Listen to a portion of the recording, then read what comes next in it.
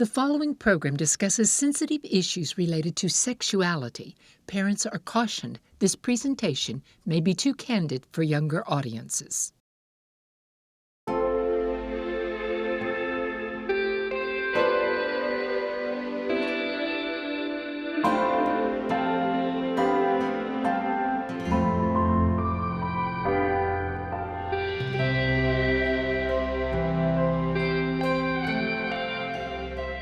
Welcome to Intimate Clarity. I'm Jason Bradley, and here with me today is Jennifer Jill Schwirzer. She is a licensed professional counselor, and today we're going to be talking about a sensitive topic, but it's a conversation that we need to have because the world is talking about it, and it's not always from a biblical perspective. When God created marriage and sexuality, do you think that He created it to be equal, Jen? I think so. We see this wonderful paradox in Genesis chapter 1 and verse 27. It says, God created man in his image. In the image of God created he him. And then it says, male and female created he them. So on one side of this symmetry, we have God created man and woman, and everything God creates is what? Is good. Good. God is good. All the time. All the time. God is good. That's right. Yes. So everything God creates is good, and He pronounces it good. So we never want it to seem like one of the genders is superior to the other.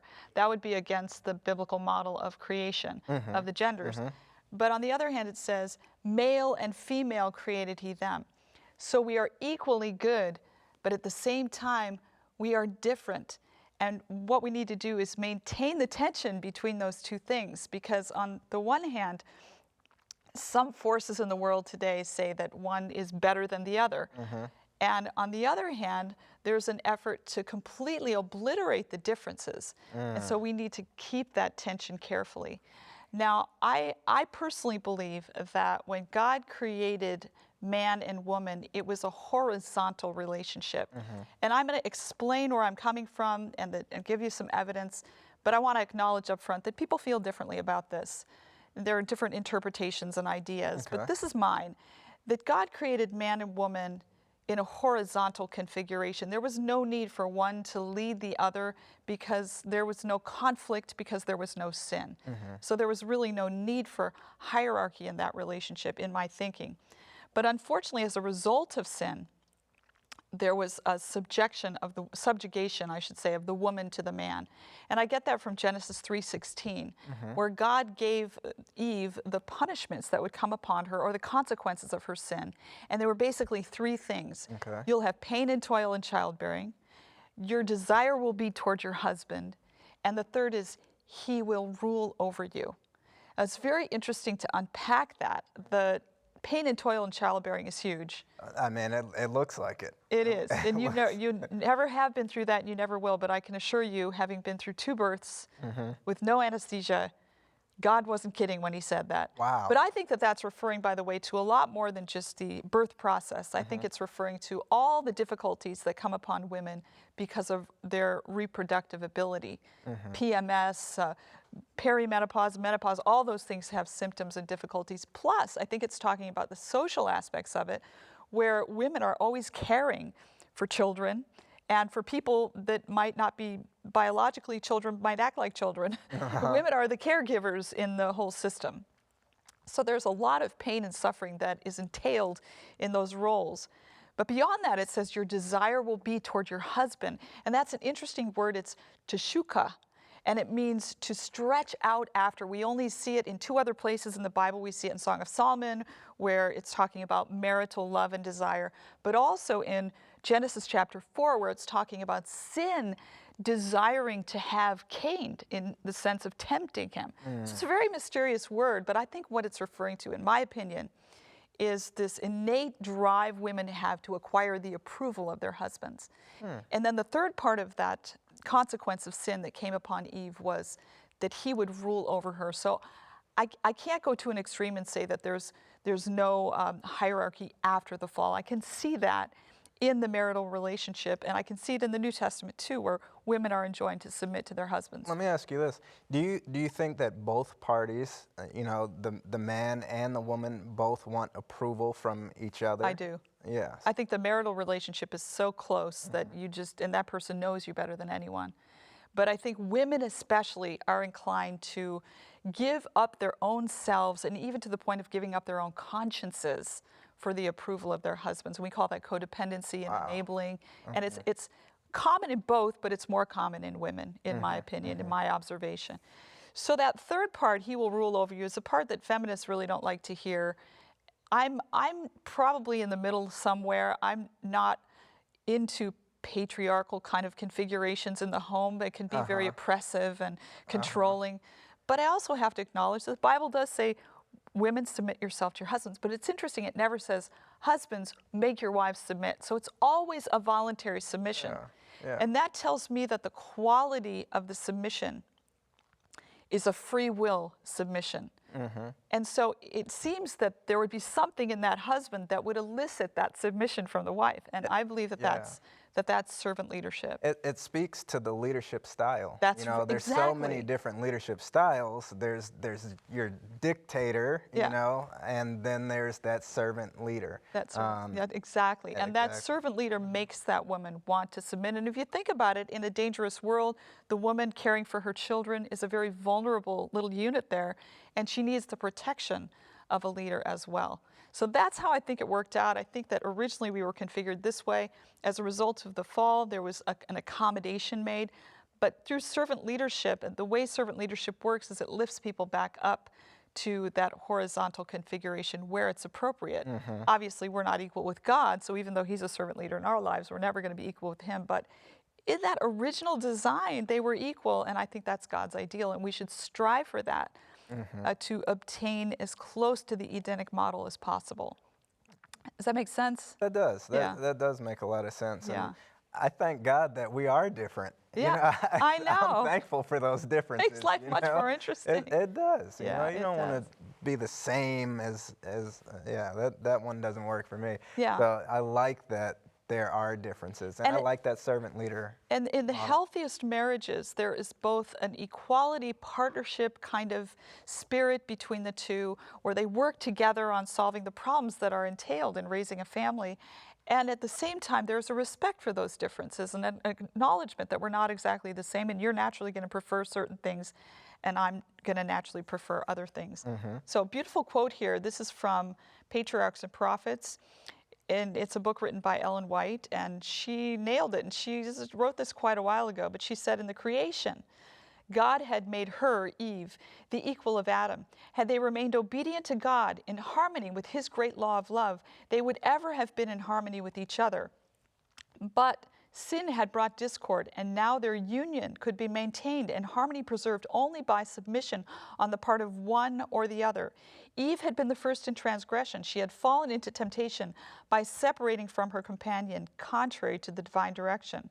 It was by her solicitation that Adam sinned, and she was now placed in subjection. So this happened after the fall.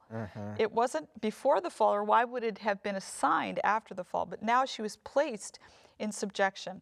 Had the principles enjoined in the law of God been cherished by the fallen race, this sentence, though growing out of the results of sin, would have proved a blessing to them. So God's curses become blessings in Christ. And it would have been a blessing to them. But man's abuse of the supremacy thus given him, that's the key word, has too often rendered the lot of woman very bitter and made her life a burden. So man has abused that advantage, and it's been to the demise and to the harm of everyone involved, and especially the women. I think sexuality takes us back to Eden in a way, and that equality that we see was God's original design is something that we experience in the fullest sense in an intimate relationship with our spouse. And there are many opportunities that we have in that intimate relationship to exercise that servant leadership, that self-sacrificing principle within the context of the relationship. Women have a slower response cycle than men. They just move more slowly in an intimate situation. Women can be 30 to 40 minutes.